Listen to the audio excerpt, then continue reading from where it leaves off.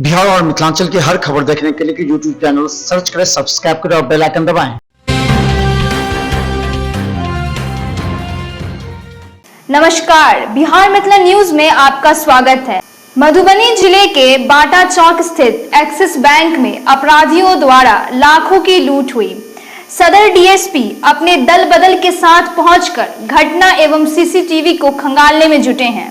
साथ ही बैंक कर्मियों ने बताया कि मौके पर अपराधी ने कई राउंड गोलियां फायरिंग करते हुए भाग निकले।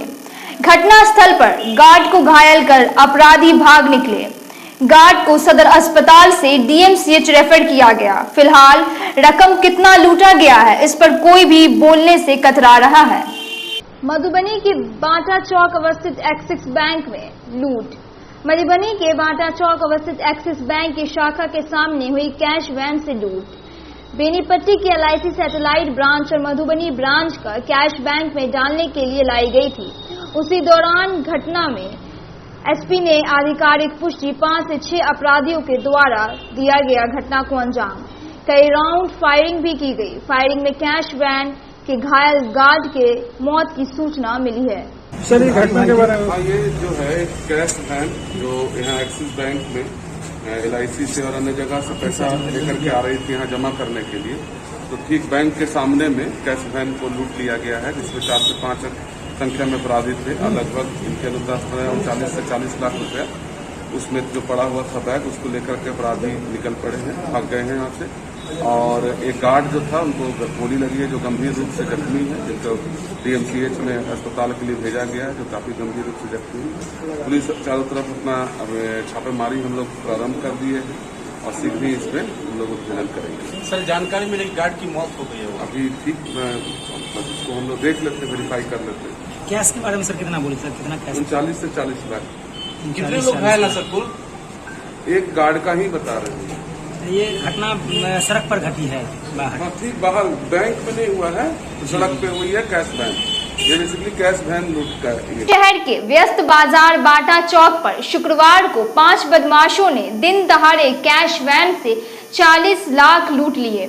लूटपाट के दौरान कैश वैन पर तैनात गार्ड शिव कुमार राय की गोली मारकर हत्या कर साल पुराने अपहरण के मामले में मधेपुरा में पेशी के बाद पूर्व सांसद व जाप सुप्रीमो राजेश रंजन उर्फ पप्पू यादव को कड़ी सुरक्षा के बीच शाम को डीएमसीएच मेडिसिन विभाग से कोर्ट में पेशी के बाद लौटे पप्पू यादव। 15 साल पुराने अपहरण के एक मामले में मधेपुरा में पेशी के बाद पूर्व सांसद व जाप सुप्रीमो राजेश रंजन उर्फ पप्पू यादव को कड़ी सुरक्षा के बीच शाम को डीएमसीएच मेडिसिन विभाग स्थित आईसीयू वापस पहुंचाया गया। चिकित्सक की देखरेख में श्री यादव को एम्बुलेंस से पेशी के लिए मधेपुरा भेजा गया था। इसके पूर्व सुबह करीब 9:30 बजे डीएमसीएच मेडिसिन विभाग से श्री यादव को कड़ी सुरक्षा के बीच पेशी के लिए मधेपुरा रवाना किया गया था।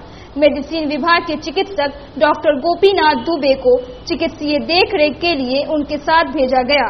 श्री यादव के रवाना किए जाने के वक्त आईसीयू के बाहर जाप के राष्ट्रीय प्रवक्ता प्रेमचंद सिंह, जिलाध्यक्ष मुन्ना खान इत्यादि सहित काफी संख्या में कार्यकर्ता थे। सबसे बड़ी बात है कि न्यायालय पे पूरा हम लोग को भरोसा है, सम्मान करते हैं। सबसे बड़ी बात यह है कि राष्ट्रीय अध्यक्ष पप्पू यादव जी बीमार रहते हुए न्यायालय ने उनको कहा कि फिजिकल आपको यहाँ पर प्रेजेंट होना है, इसलिए डॉक्टर के जो डॉक्टर की टीम के साथ वो मधेपुरा जा रहे हैं और वहाँ न्यायालय में अपना फिजिकल प्रेजेंटेशन। देखिए, न्यायालय का तो हम लोग पूरा सम्मान करते हैं और होना भी चाहिए। और सबसे बड़ी बात यह है कि जिस न्यायालय पे भरोसा है तभी तो आज हम लोग 4.5 महीने से एक 8/4 की कोटली में राष्ट्रीय अध्यक्ष कैद हैं, इलाजरत हैं, वहाँ उनका इलाज हो रहा है। न्यायालय पर पूरा भरोसा है, सम्मान के साथ हम लोगों को उम्मीद है कि उनकी रिहाई विलम्ब होगी, हो सकता है आज हो जाए, अल्लाह करे आज हो जाए, ताकि जो बिहार के अंदर में दबे कुचले लोग हैं, जो बाढ़ से पीड़ित लोग हैं, जो बलात्कार से पीड़ित हैं, उनको ये आस जगे कि बिहार के अंदर में जो पप्पू यादव हमेशा सेवा के वजह से जाने जाते थे, उन तक वहाँ पहुँचे और उनकी मदद करें। एसबी जवानों की साइकिल रैली की दोपहर बद्रीनगर पहुंची। जवानों को जिला दुर्गा पूजा समन्वय के अध्यक्ष बद्री पूर्व पाग चादर माला पहना के स्वागत किया तथा मुजफ्फरपुर के लिए प्रस्थान हुए। मौके पर सशस्त्र सीमा बल जयनगर के कमांडेंट शंकर सिंह ने बताया कि राष्ट्रीय एकता दिवस के उपलक्ष्य पर 237 किलोमीटर की साइकिल रैली निकाली गई। 17 सितंबर को पीएम के जन्मदिन से आरंभ होकर सरदार वल्लभ भाई पटेल के जन्मदिन पर 31 अक्टूबर को समाप्त। एकता दिवस के उपलक्ष्य में निकाली रैली बद्रीनगर से आज करेगी मुजफ्फरपुर के लिए प्रस्थान। एसएसबी जवानों की साइकिल रैली की दोपहर बद्रीनगर पहुंची। जवानों को जिला दुर्गा पूजा समन्वय के अध्यक्ष में बद्री पूर्व पाक चादर माला पहना के स्वागत किया तथा मुजफ्फरपुर के लिए प्रस्थान हुए। मौके पर सशस्त्र सीमा बल जयनगर के कमांडेंट शंकर सिंह ने बताया कि राष्ट्रीय एकता दिवस के उपलक्ष्य पर 237 किलोमीटर की साइकिल रैली निकाली गई। रैली 17 सितंबर पे पीएम के जन्मदिन से आरंभ होकर सरदार वल्लभ भाई पटेल के जन्मदिन पर 31 अक्टूबर को संपन्न होगी। आपको पता है जो सशस्त्र सीमा बल है, भारत नेपाल और भारत भूटान के सुरक्षा का जिम्मेदारी उसको मिला है। भारत सरकार के गृह मंत्रालय के अधीन ये एक अर्धसैनिक बल है जो कि भारत नेपाल और भारत भूटान सीमा की सुरक्षा करता है और समय समय पर इस तरह के जन जागरूकता वाले कार्यक्रम हम करते रहते हैं। इसी के क्रम में ये एक साइकिल रैली जयगांव पश्चिम बंगाल से निकली है जो कि 31 अक्टूबर को केवड़िया गुजरात पहुंचेगी और उस दिन सरदार वल्लभ भाई पटेल का जन्मदिन है और इसको हम लोग जो राष्ट्रीय एकता दिवस के रूप में मनाते हैं वहाँ पे ये संपन्न है। साथ ही यात्रा निकली है तो हम जो लोग हैं उनको भी संदेश देती है कि जो एसएसबी का कार्य है केवल सीमा पर भी नहीं है, बाकी भी आम लोगों में सुरक्षा की भावना को बनाना, उनके लिए निरंतर कार्य करना और उनके जो भी उनके लिए वेलफेयर प्रोग्राम्स हैं भारत सरकार के द्वारा जो समय समय पर घोषित किए जाते हैं आम जनता के लिए, उनके बारे में जानकारी उनको पहुँचाना। तो यहाँ आपका स्वागत किया गया इंजीनियर बद्री पूर्वे के परिसर में, कैसी खुशी लग रही है, क्या कुछ आपको यहाँ कहेंगे इस मौके पर? इस मौके पर मैं ये कहना चाहूँगा, सबसे पहले तो धन्यवाद देना चाहूँगा इनका। और जैसे हमारी जो यूनिट है जयनगर में है, मधुबनी में बॉर्डर पर है, यहाँ से करीब 60 किलोमीटर दूर है, लेकिन यहाँ आके हमें ये सशस्त्र सीमा बल भारत नेपाल एवं भारत भूटान की सीमा प्रहरी राष्ट्रीय एकता दिवस के उपलक्ष्य पर 2347 किलोमीटर की ये साइकिल रैली है जो चल करके हमारे निवास परिसर में आकर के लोग रुके हैं।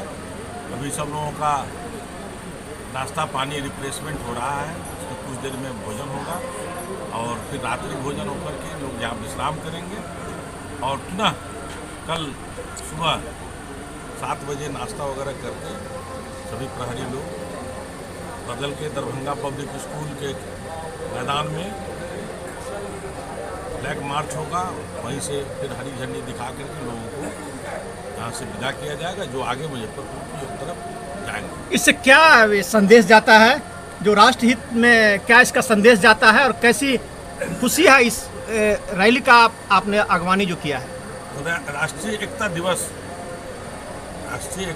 के उपलक्ष्य में ये कार्यक्रम भारत सरकार द्वारा किया जा रहा है। झंझारपुर व्यवहार न्यायालय झंझारपुर के एडीजी अविनाश कुमार प्रथम की कोर्ट ने अनोखी फैसला सुनाया है।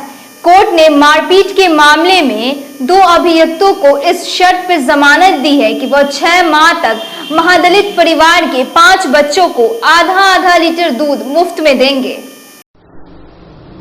झंझारपुर व्यवहार न्यायालय के एडीजी का एक और अनूठा फैसला।